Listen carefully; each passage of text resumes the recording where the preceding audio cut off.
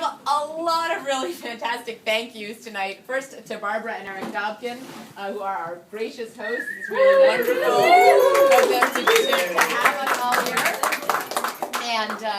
And also I want to thank the Immigration Equality Board members who are in the room. There are quite a few. Raise your hand if you're an Immigration Equality Board member. All right. And I just want to thank O'Melveny and Myers, our sponsor this evening. And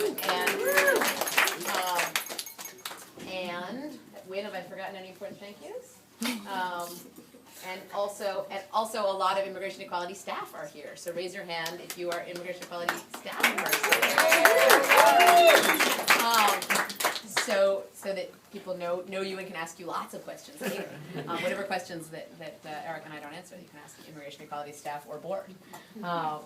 So it is just an incredibly thrilling time to be here. So if you came in while someone was talking earlier, the woman who was speaking at the beginning was Robbie Kaplan.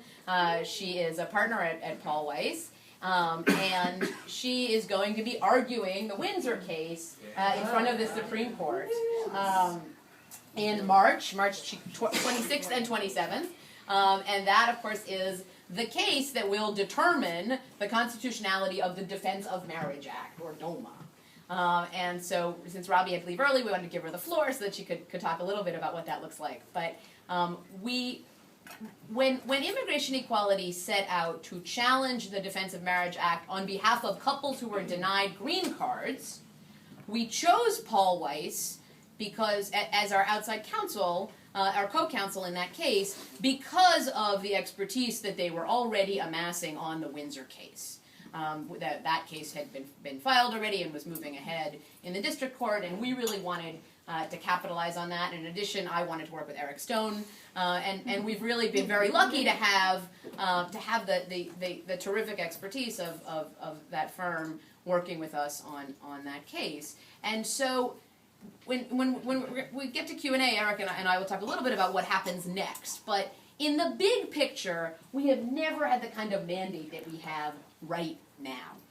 Coming out of the election, to have the incredible mandate for immigration reform and for LGBT equality is an opportunity that we cannot squander. It is the most important, it is the most promising, it is the most ripe opportunity that we have ever had to win equality for LGBT immigrants and LGBT binational couples. And if we blow it, we have only ourselves to blame.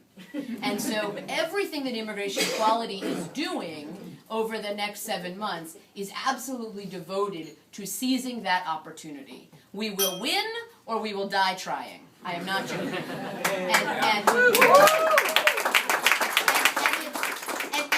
The opportunity we have two routes to victory.